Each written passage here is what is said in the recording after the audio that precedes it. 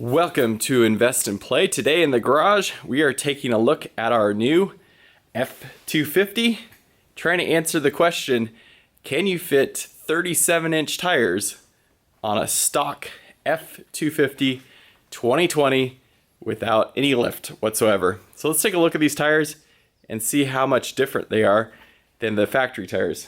So here is one of the factory tires, and let's go ahead and walk to the front and see the difference in tire size. So here's the stock tire,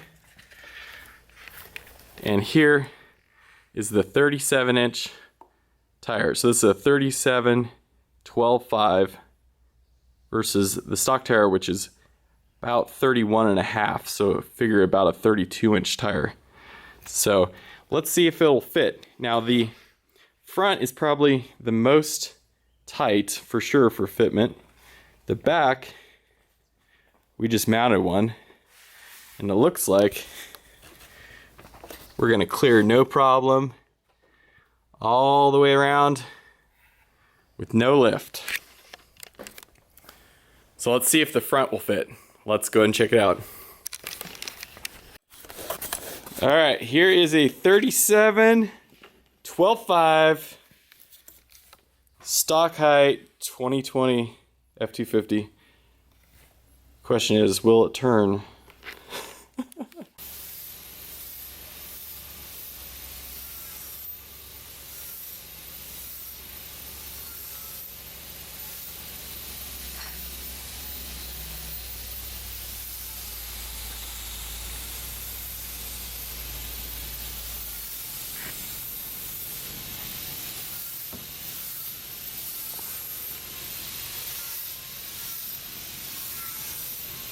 And the answer is a definite no. You see it hits the inner fender pretty good right there. Let's see if what the clearance is on the other side when we turn the other way.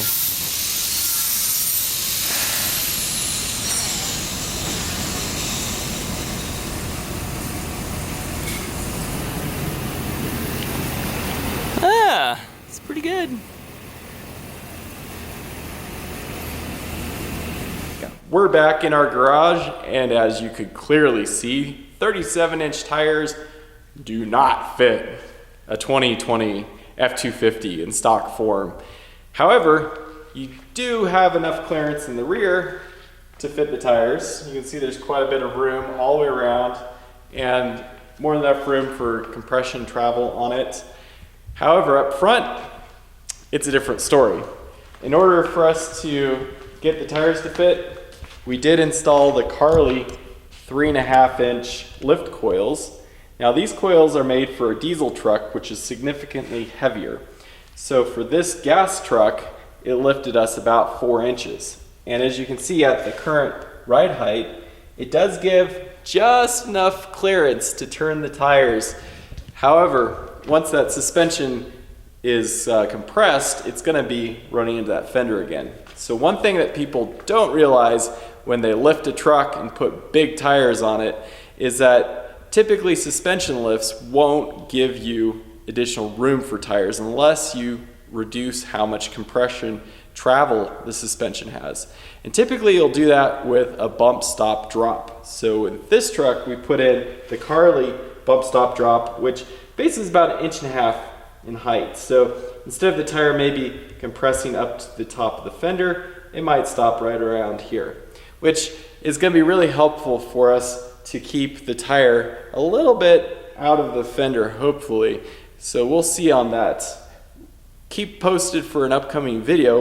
We'll go ahead and show you how to properly clearance the body and make sure that we can get full range of travel with not only the suspension but also the turning with the wheels so it doesn't contact anything. When you're using a truck like we will be off-road, where we'll be going through the entire range of suspension travel, we really don't want to have the tires hitting the fender or hitting any other vital components of the truck, including the shocks. We will have to adjust the shock reservoir location because it does make contact with the tire. It's certain turning and certain compression at this point. The other thing to note with these trucks is that if you lift the suspension, you will have to address the front brake lines, which are definitely too short. The factory ones need to be extended, so get some additional length on some brake lines to replace. And you also have to address the wheel speed sensors, which are also run with brake lines and are going to be too short with a lift such as this.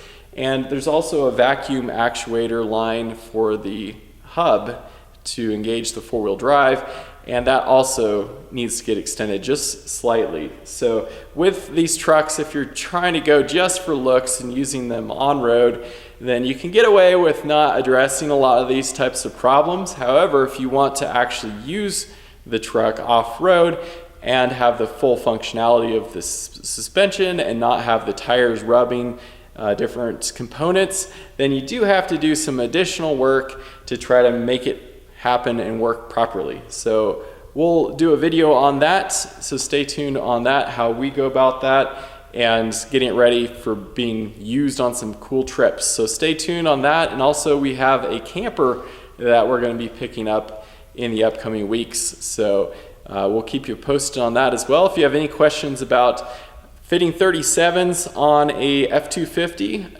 be sure to mention that in the comments. I'll be glad to offer whatever information that I know that could be helpful. Otherwise, I appreciate it. Thank you for watching. And if you have any enjoyment or interest in this, be sure to subscribe, hit like, and otherwise we'll catch you on the next video. Thanks so much.